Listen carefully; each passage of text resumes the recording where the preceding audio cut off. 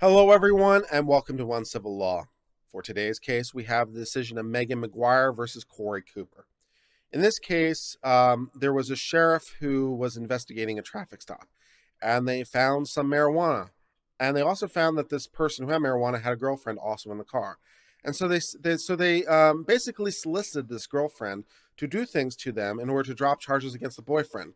The girlfriend is not happy about this situation and is bringing a complaint. So we're going to find out whether or not the police can hold threat of arrest over your head, either of that you personally or of a significant other, in order to get you to perform certain acts on them. And assuming that they do that, whether or not they're immune from liability under qualified immunity. So let's get started with this.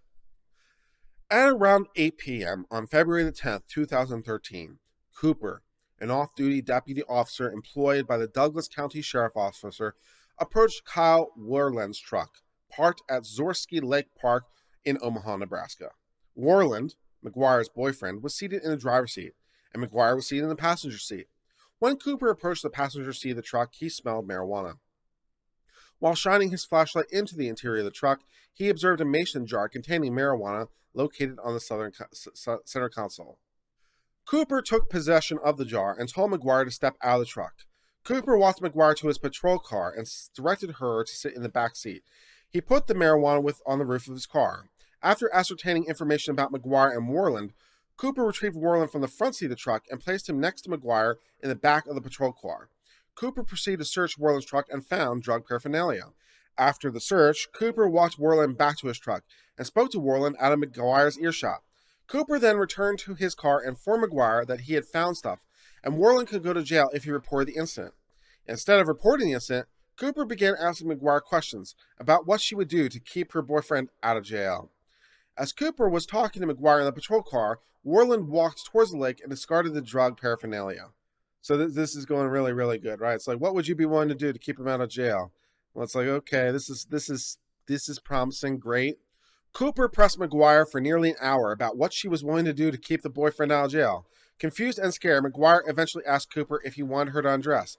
Cooper purportedly replied, "I am not going to say no," or words to that effect. Cooper then stared at McGuire through his rearview mirror while McGuire removed the shirt and bra. Cooper then got out of the front seat, opened the passenger door, unzipped his pants, and asked McGuire what else she would do. Okay. McGuire performed acts on Cooper for about 5 seconds. Yeah. At which point, Cooper released McGuire as she ran to Worland's truck and they drove away. One can only begin to speculate as to the very short time interval if he was finished within 5 seconds, but okay, that's what happened. McGuire reported the incident to the Omaha Police Department in February of the 14th, 2013, Valentine's Day. What a Valentine's Day gift. The Omaha Police Department contacted Douglas County Sheriff's Office about a week later to inform the sheriff it was investigating the assault by a law enforcement officer. The sheriff's office did not commence its own investigation. Great. On April the 1st, April Fool's Day, we just love the timing of these things. On April the 1st, a sheriff's deputy reported to Cooper that he had suspicious interaction with a woman with an arrest warrant to whom Cooper had asked to meet in a secluded park at 9 o'clock. Cooper was placed on limited duty status on April the 4th. Only after this report of suspicious behavior did the sheriff's office commence its own investigation. The sheriff's office discovered Cooper had run a record check on Worland and McGuire, and that the GPS in Cooper's car placed Cooper at the park at the time of the assault. Cooper was terminated by the sheriff. In June of 2013, Cooper was charged with first-degree sexual assault, criminal charges. Cooper pled no contest and was found guilty to third-degree assault and attempted tampering with evidence, presumably by disposing of the contraband in the lake, which were Class 1 misdemeanors. On June the 10th, 2015, a state district judge in Douglas County sentenced Cooper to consecutive terms of 6 months on each count. Wow, that's a fair amount of time, guys, because you're talking about guilty of third-degree assault and tampering with evidence. So that's a year, right? Because that's two 6-month terms consecutive. So, it's not nothing, man.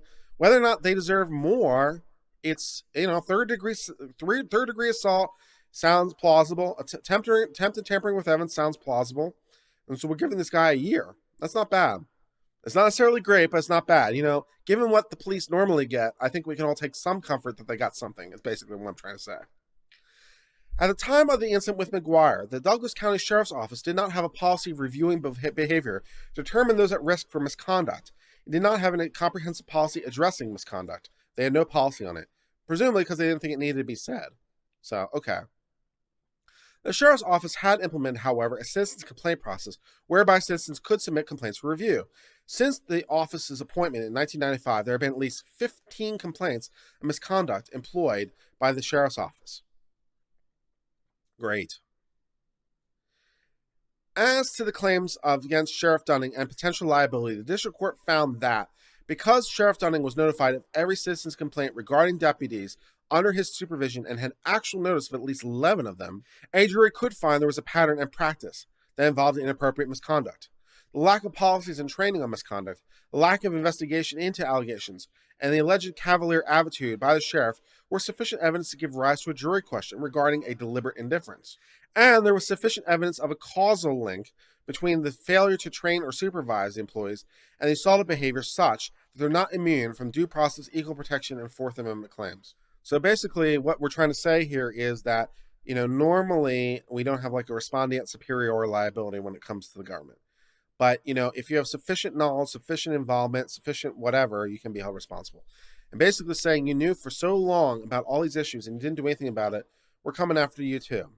So that, we're holding everyone accountable to some degree. That's nice. Qualified immunity is a doctrine that shields a government official from liability unless the conduct violates clearly established statutory or constitutional rights of which a reasonable person would know, even in the absence of an allegation of direct participation in constitutional violation.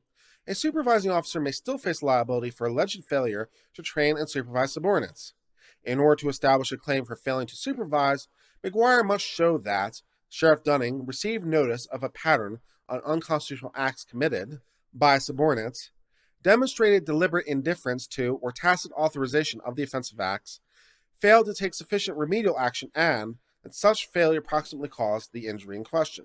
The sheriff contends that even taken in the light most favorable to McGuire, all the reported incidents of prior misconduct by deputies employed, they are entitled to qualified immunity because these incidents are insufficient to provide notice to an on-duty deputy that might assault a member of the Congress, a member of the public like Cooper did.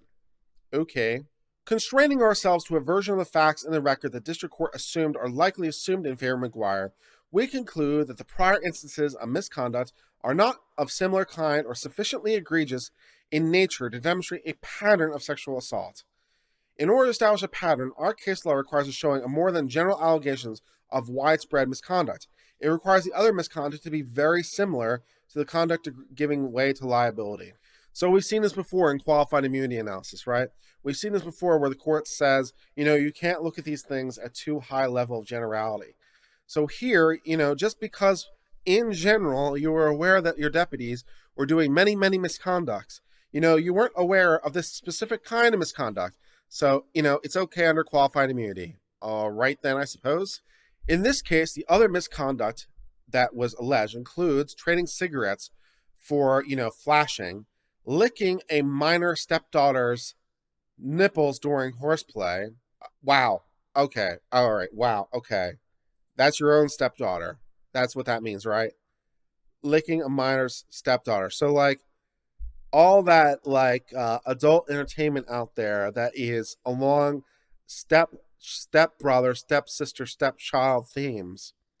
Apparently, it's based off some kind of reality because one of the other allegations was that these sheriff's deputies were licking a minor stepdaughters. That would be their own stepdaughter, right? A minor stepdaughter's stuff during foreplay. Okay. Asking deeply personal and inappropriate questions to members of the public. Engaging in verbal sexual harassment. Having consensual sexual contact at the office. Well, that's a little less disturbing, but. And abusing work hours to conduct personal business or ask women out on a date. Not so great.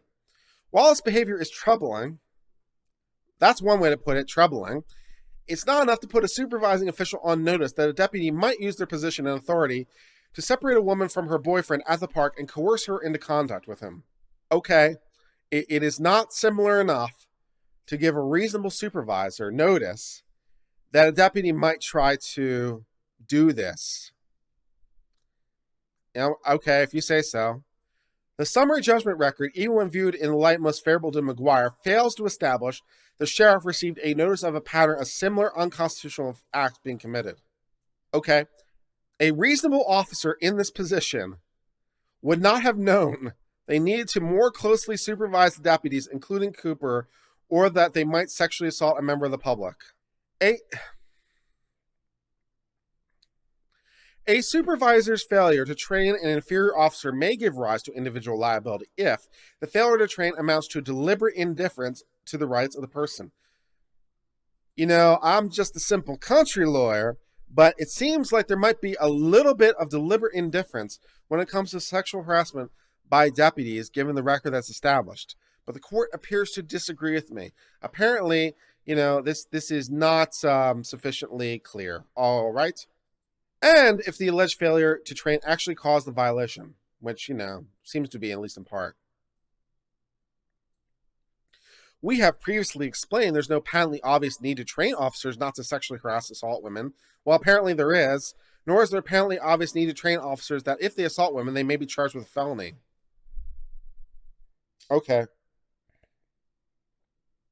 Okay. Okay. You know, I was under the distinct impression all this time. That excuse and ignorance of the law is not generally excuse. So, you know, I was unaware that you had to train anyone that sexually assaulting someone could be a felony, because that would be an ignorance of the law analysis. I didn't know this was against the law. First of all, yes, you did, because it's malum in se. It is inherently bad. You don't need to be trained. You don't need to be told, because it is bad in and of itself. You know, we don't need rationales or explanations about why it's bad. You know, everyone knows this is bad. It is bad to sexually assault people.